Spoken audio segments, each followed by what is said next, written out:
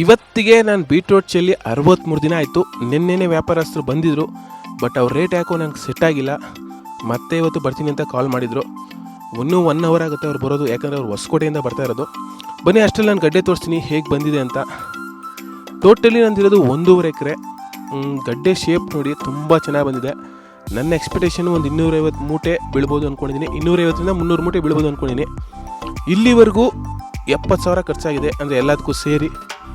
ನೋಡೋಣ, ವ್ಯಾಪಾರಸ್ಥರು ಇನ್ನೂ 1 ಅವರ್ ಆಗುತ್ತೆ, ಎಷ್ಟು ಕೇಳ್ತಾರೆ, ಲಾಭ ಆಗುತ್ತಾ ನಷ್ಟ ಆಗುತ್ತಾ ಎಲ್ಲ ನಾನು ನಾಳೆ ವಿಡಿಯೋ ಮಾಡಿ ತಿಳಿಸ್ಕೊಡ್ತೀನಿ. ದಯವಿಟ್ಟು ಅಲ್ಲಿವರೆಗೂ ನನ್ನ ಚಾನಲ್ ಫಾಲೋ ಮಾಡಿ.